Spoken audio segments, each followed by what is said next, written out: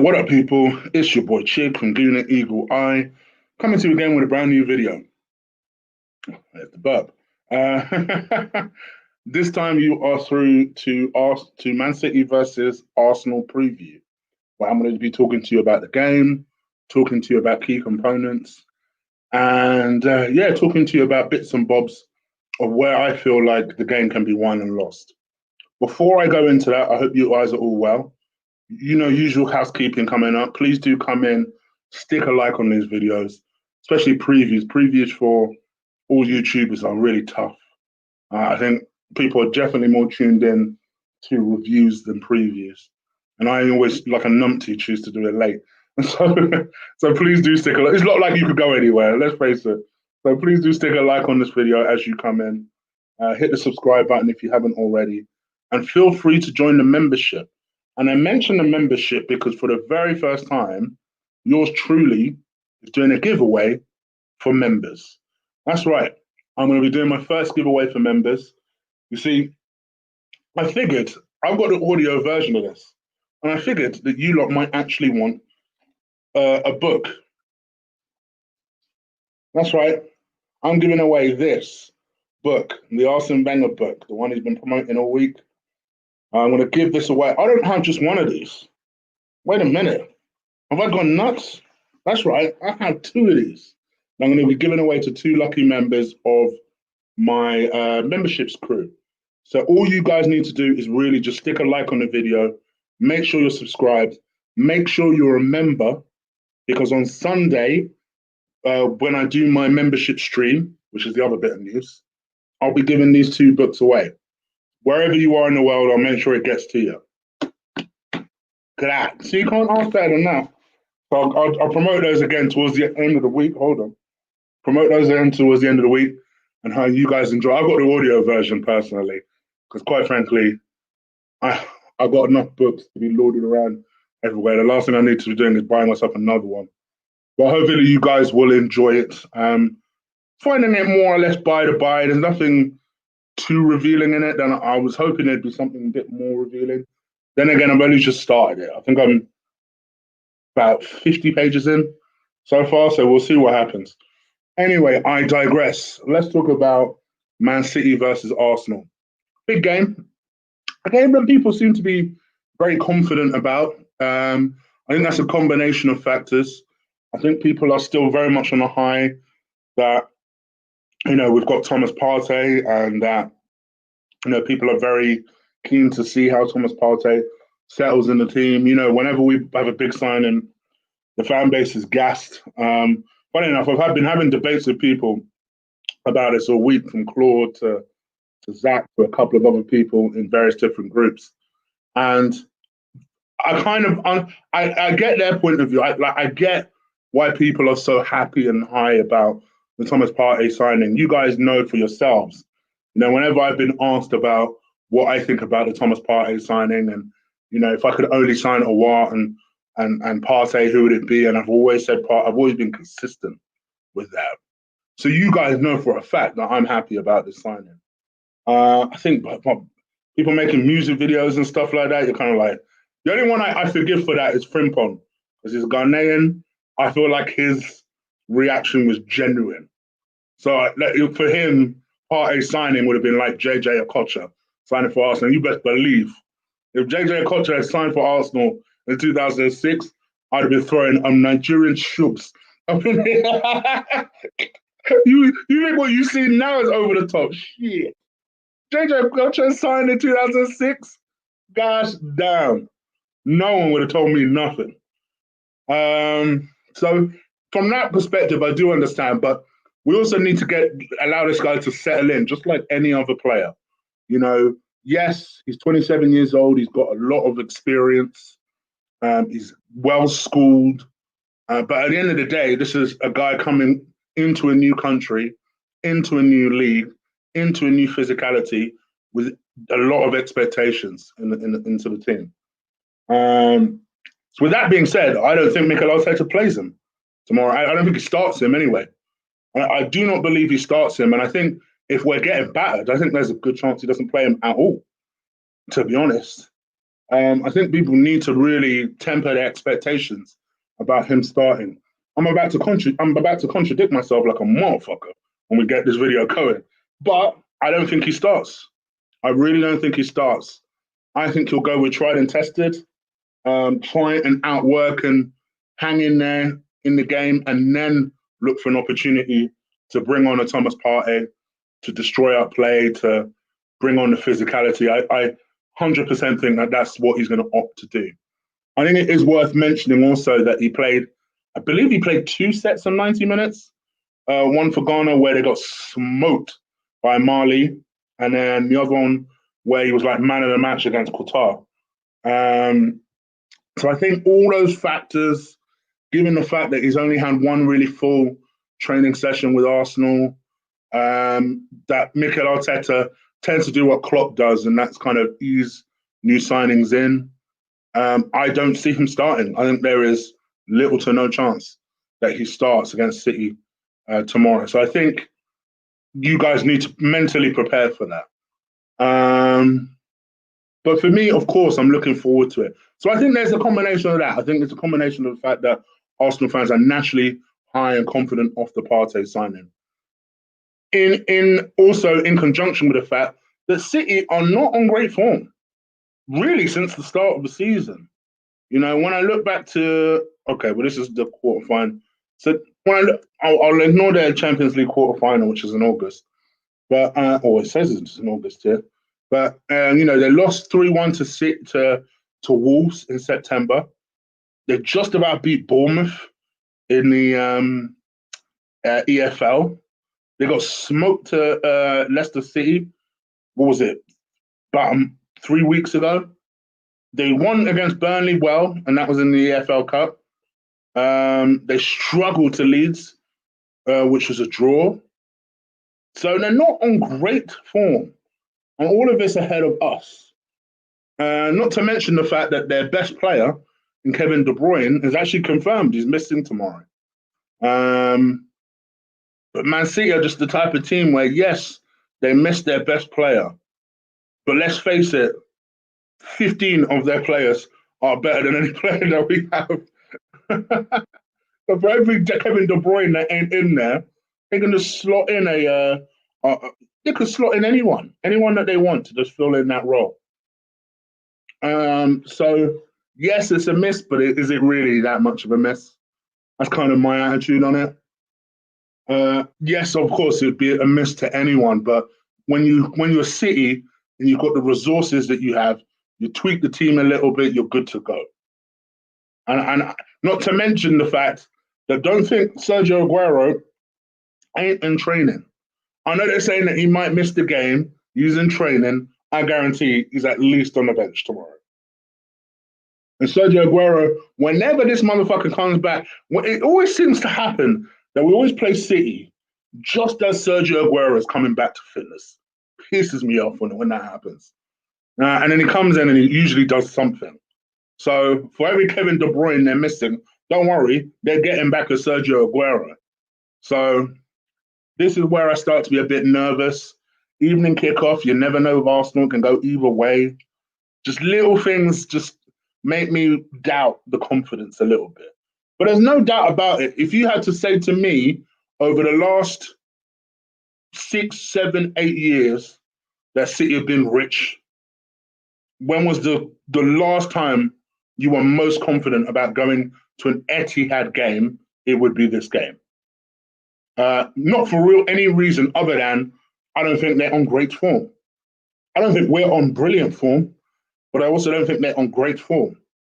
So I think it may be a case that if Arteta doesn't start Partey, as I anticipate, that we just hang in there, almost rope-a-dope these motherfuckers until we can then bring on the likes of your Pepes, because I also don't think Pepe would start.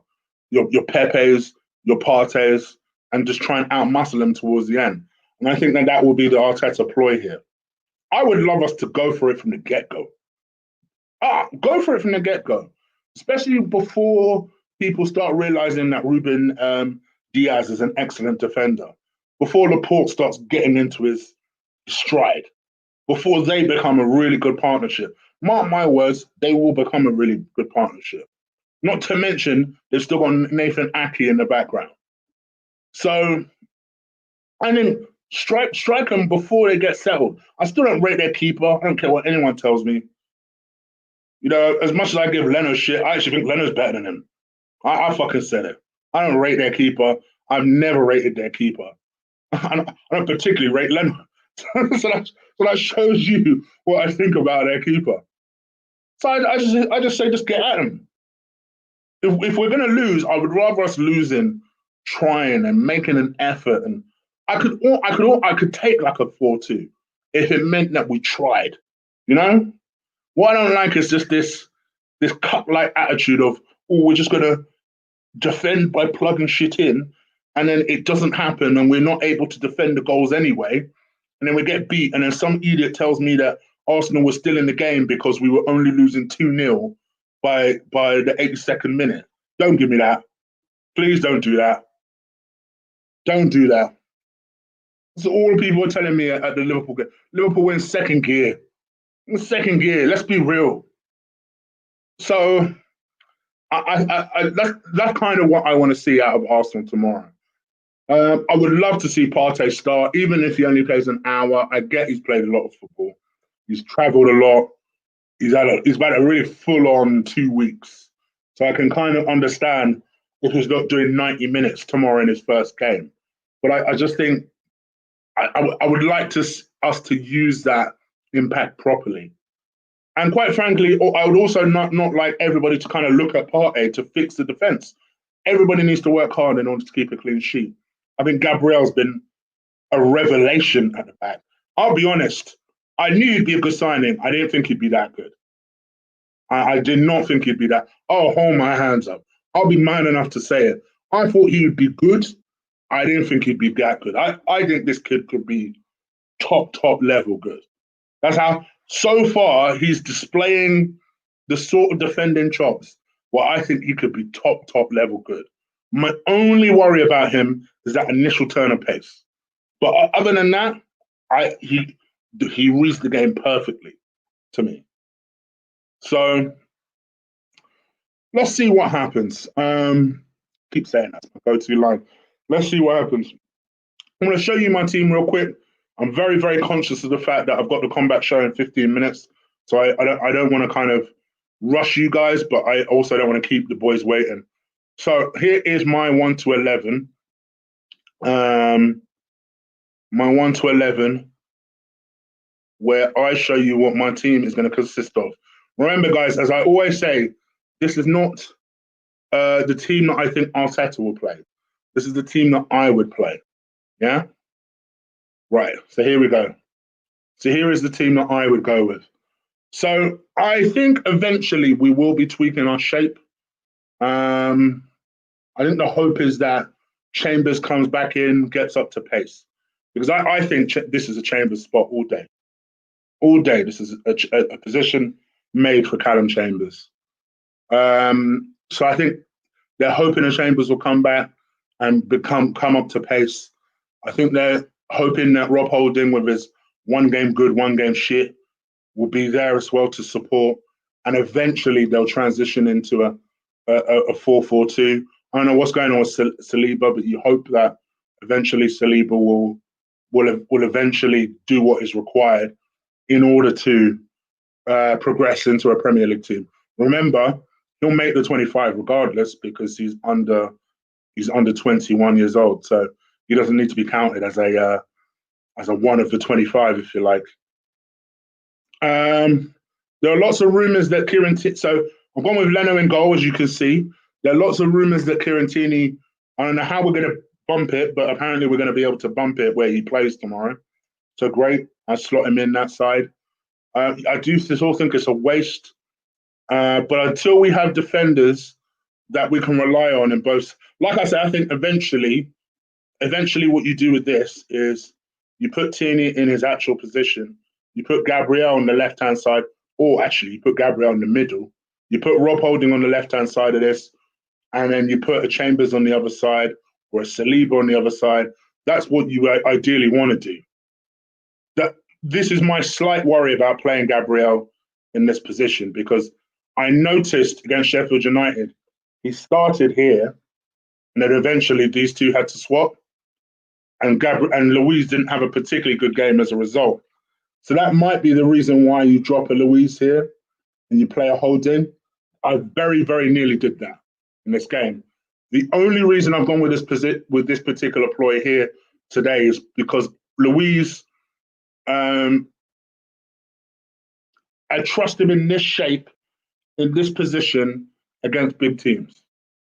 And it's very specific circumstances, but I trust him. And I say trust with a very small team. So anyway, I've gone with the three at the back. I don't care if people keep telling me. I know some idiot is going to come in my comments later talking to me about why I never started Hector Bellerin. Oh, now you're just biased, Chig. He's been in better form, this, that, and the other. If better form means 6 out of 10, okay. I'll give you that. For me, this is still the person I'd rather play as a right back. So I'm going with Ainsley Maitland-Niles. I'm going with Saka on the left-hand side, who was excellent against Sheffield United. He's had an England call-up. I think he'll be in a feel-good mood, Saka. So let's see what happens. I'll play him on the left-hand side. Plus, I think it will mean a lot to Saka to start tomorrow's game. Against big teams, he tends to opt for Ainsley Maitland-Niles on the left-hand side and Hector Bellerin on the right-hand side. So that'd be a real nod of confidence to say, all right, kid, it's your chance now. Let's see what you got. So we'll see what happens. So I think I've gone with Saka on that side. Plus, I think him and Tierney and Aubameyang, I think those three have a really good understanding. So I've gone with that. And for me, this is my preferred midfield partnership. Damn, everything I just said, the party starts for me. Straight up. The party starts for me in the middle. Bit of Ghanaian steel. Just to hold us up, and then maybe let's think positively. Say we're winning, you bring on Mohamed El Pello on, and then you could just shore up that midfield. In my personal opinion, I think he starts Xhaka and Mohamed El Nene. I do think he does that. But this would be what I would opt to do. I think positively with Ceballos, keeping in mind that Partey speaks Spanish as well. So that, for me, that just seems like a dynamic partnership where I think they'll both be able to do something with the ball. They'll both be able to defend and drop. They'll both be able to create where they need to. I think that could be a really good dynamic midfield. I'd love us to have something just different in that midfield than this passive shit that we've seen over the years. So that's why I've gone for that. I think the top three speak for itself. Lacazette, for all his faults, this boy scores against big teams. It's as simple as that. He scores against the big sides, and that's the reason. It's probably a bit late now, but I'll increase it. That's the reason I've gone with him up top. On the right-hand side, I've gone with Nicola Pepe. I thought he was excellent against Sheffield United. The one thing you don't want to now do is then drop him. If you drop him, what message does that send? You know? I know he's going to flip and play Willian as well. I wouldn't understand if Willian was doing something amazing. But it's just like, don't drop him. Like, just as he performs well, then what message is that sending to the kid? Yeah, I think all of us will accept, and I'm one of Pepe's biggest supporters, all of us will accept we probably paid 25 million too much for Nicola Pepe. 25 million to 30 million too much overpaid for him. Having said that, that's not the kid's fault. And when the guy actually has the ability to do something and actually can be an outlet for a Lacazette, be a creative force for an Aubameyang, you want to keep the boy on the pitch. So for me, I'll go with Nicola Pepe. On the left-hand side, you go with Aubameyang. He doesn't do much during the game, but what he does do is he does give you goals. So that's why you leave him on the pitch. And then up top, you go with Alexandre Lacazette. For me, I'm not as petrified as I should be. I don't know why. It's kind of bothering me that I'm not as fearful as I usually am about this game. I think it's because I kind of accepted that if we lose but lose in style, I'll be okay with that. Because I know deep down we're not a top two team. So I'd be okay with that. Sometimes it's the manner that you lose, you know? If we just swung for the hills, just looking to take a motherfucker's head off in boxing, you know? You're swinging and you're swinging and you're swinging, and then you just get caught by the classiest shot. You just have to hold your hands up, you know? And that's kind of what I'm hoping to see with Arsenal. I just want us to be brave. That's all I want us to do. That's why, forget my opinion on Mohamed El Nene for a second. Forget my opinion on Xhaka for a second. I'd just like us to go into that game, not be predictable, be brave, take these motherfuckers on, because that's what brings you success. If anything, I know they're completely different teams, but flip me. You would hope that something that inspired them was watching Villa against Liverpool 2 weeks ago. These motherfuckers thought, fuck this. Everyone expects us to lose, so guess what? We're going to fucking win. And we're not going to win defending. We're going to win taking these fuckers on. Just take them on. That's all. If we can mark my words, we ain't much. But if we take them on, we can beat these motherfuckers. We can. We can beat these motherfuckers. So that's why I'm positively going for 2-1 Arsenal. Not at me. I'm winning this shit. So that's my kind of 1-11 prediction. What is your prediction for the game? What is your 1-11? Let me know. Leave it in the comments below. Leave it in the description. One last reminder, guys. If you are a member to the channel, you have an opportunity to win a copy of this man's autobiography. Not just one copy is available either. There are 2 copies. I will make sure no matter where you are in the world, I'll get it to you. So that is a membership only giveaway. Make sure that by Sunday is when I'm going to pick. I say I'm going to pick. I'm actually not going to pick. Someone else is going to pick 2 people to win a copy of these. So make sure you get it out. Make sure you are a member by Sunday, because by the time I do my membership stream, I want to announce who has won these 2 books. So make sure let's call it this way. I'm planning to do a membership stream at 7 on Sunday. By 6, be a member and you will have an opportunity to win this. All right. I'm out of here, guys. I got set up for the combat show. If you are a UFC fan, the link to my combat show description is below. Go click on it. I'll be 2 minutes. The link will be up. Me, Ola, and Will be going for about an hour or so, just talking fight events and maybe a little Khabib, Justin, and a couple of other bits and bobs. So make sure you go to that right now. I'm literally going to set up right this second. All right, I am out of here, guys. Enjoy your Friday night. Not that we can do much. And I'll catch you guys tomorrow. Take care. Deuces.